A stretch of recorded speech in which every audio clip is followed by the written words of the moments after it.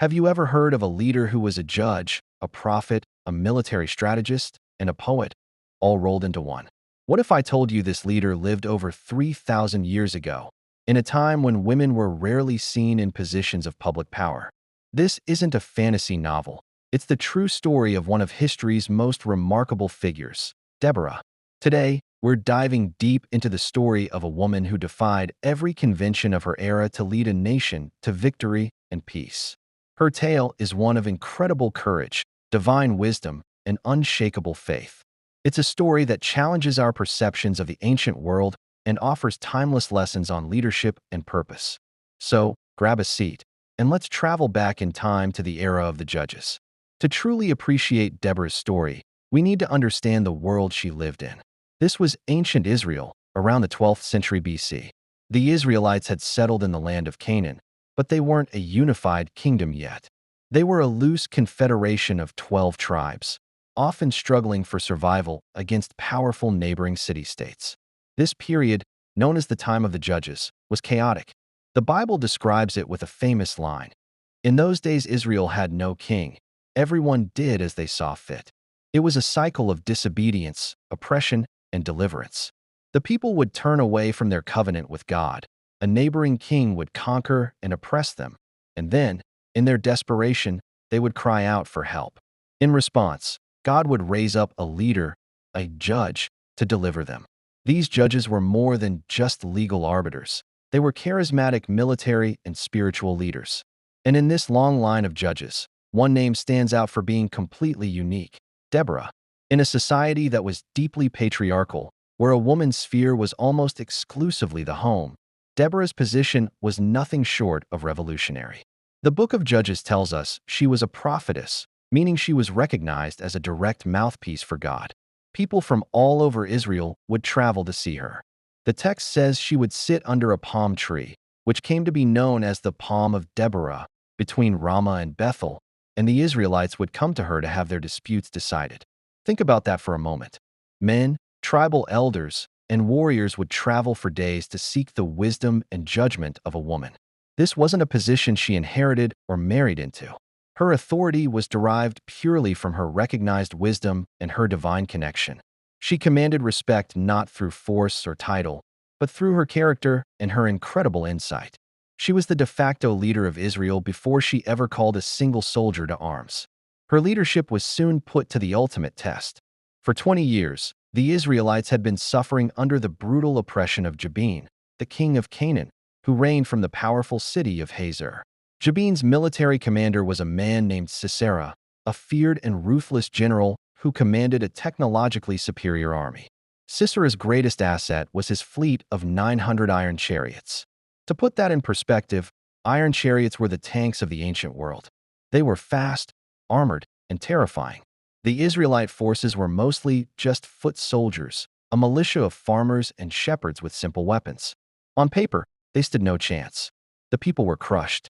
Their spirits were broken. They were living in fear, hiding in the mountains, unable to even travel on the main roads.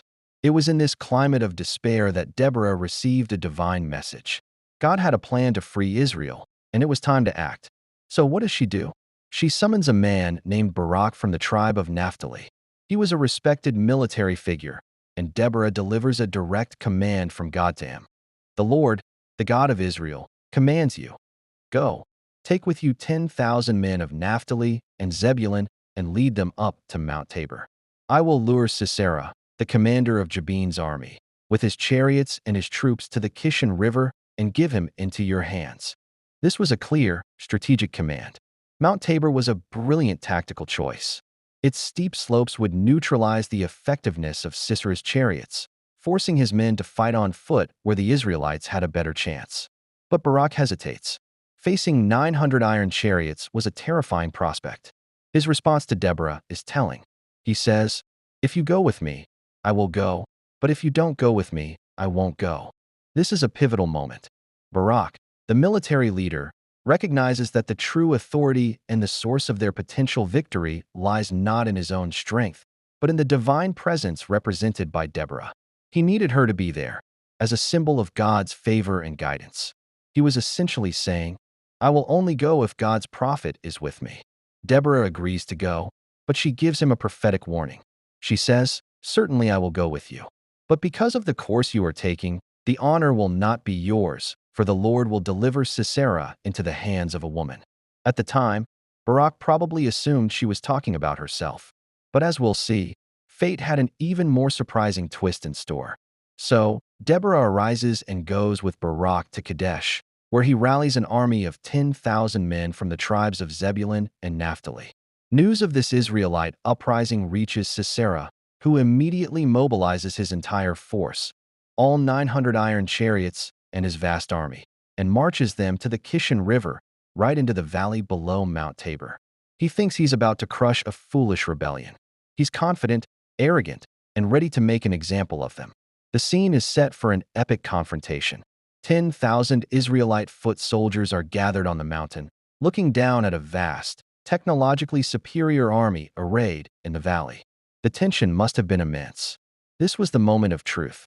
Then Deborah turns to Barak and declares, "Go. This is the day the Lord has given Sisera into your hands. Has not the Lord gone ahead of you?" This is the ultimate call to action. Fueled by her words, Barak leads his men in a charge down the slopes of Mount Tabor. And then, something extraordinary happens. The Bible says the Lord routed Sisera and all his chariots and army. Josephus, the first-century historian, adds another layer to the story. He writes that a massive storm broke out right as the battle began. A torrential downpour with hail and wind blew directly into the faces of the Canaanite army. The ground turned to mud, bogging down the heavy iron chariots and rendering them useless. The Kishon River, normally a small stream, swelled into a raging torrent, sweeping away soldiers and chariots alike. Sisera's greatest strength became his greatest weakness. What was supposed to be an easy victory for Sisera turned into a complete disaster. His army panicked and fled in chaos. The Israelite soldiers pursued them, and the entire Canaanite army was wiped out. Not a single man was left. But what about the general, Sisera? Realizing the battle was lost, he abandons his chariot and flees on foot. He runs for his life, seeking refuge. He happens upon the tent of a woman named Jael, the wife of Heber the Kenite. The Kenite were a neutral tribe, friendly with both the Israelites and King Jabin, so Sisera thought he would be safe there. Jael welcomes him into her tent, a space where, by customs of hospitality, he should have been protected. She gives him milk to drink and covers him with a blanket, telling him to rest. Exhausted from the battle, Sisera falls into a deep sleep. And it is here that the story takes its most dramatic turn, and Deborah's prophecy is fulfilled. Seeing the enemy of her people helpless before her, Jael makes a bold and shocking decision. She takes a tent peg and a hammer, tools she would have used every day, and drives the peg through his temple, ending the life of the feared Canaanite general. It's a brutal, visceral moment, but in the context of the story, it is the final act of deliverance. Jael, an ordinary woman, a homemaker, becomes the unlikely hero who personally defeats the enemy commander. When Barak arrives in pursuit of Sisera, Jael meets him and says, "Come, I will show you the man you're looking for." She leads him into her tent and shows him Sisera dead on the floor. Deborah's prophecy was fulfilled to the letter. The honor for the victory over Sisera went not to Barak, but to a woman, Jael. The victory was absolute. The power of King Jabin was broken, and his oppression came to an end. The land of Israel had peace for 40 years. But the story doesn't end there. The chapter that follows the battle narrative is a poem, known as the Song of Deborah and Barak. It's one of the oldest pieces of literature in the entire Bible, a victory hymn celebrating the triumph. In the song, Deborah recounts the events, praising the tribes that answered the call to battle and criticizing those who stayed behind. She praises Jael, calling her most blessed of women. The song is a masterpiece of ancient poetry, filled with vivid imagery and powerful emotion. But most importantly, it gives us a direct window into Deborah's mind. She wasn't just a judge and a strategist.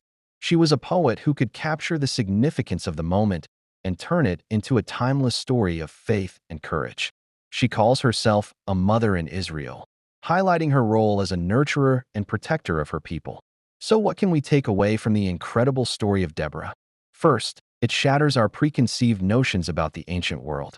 It shows us that even in the most patriarchal of societies, a person's gifting, wisdom, and divine calling could transcend gender roles. Deborah wasn't a leader because she was a woman. She was a leader because she was the most capable person for the job, and God chose her. Her story is also a masterclass in leadership. She combined spiritual insight with practical strategy. She knew when to listen to God and when to give a decisive command. She inspired others to act courageously, not by puffing up her own ego, but by pointing them toward a higher purpose. She was willing to share the stage, to go with Barak into battle to bolster his confidence, and to give the ultimate honor to another woman, Jael. Deborah's legacy is a powerful reminder that true authority comes from wisdom, character, and service, not from title or position. She rose to the occasion in a time of crisis and, through her faith and courage, brought peace and freedom to her nation.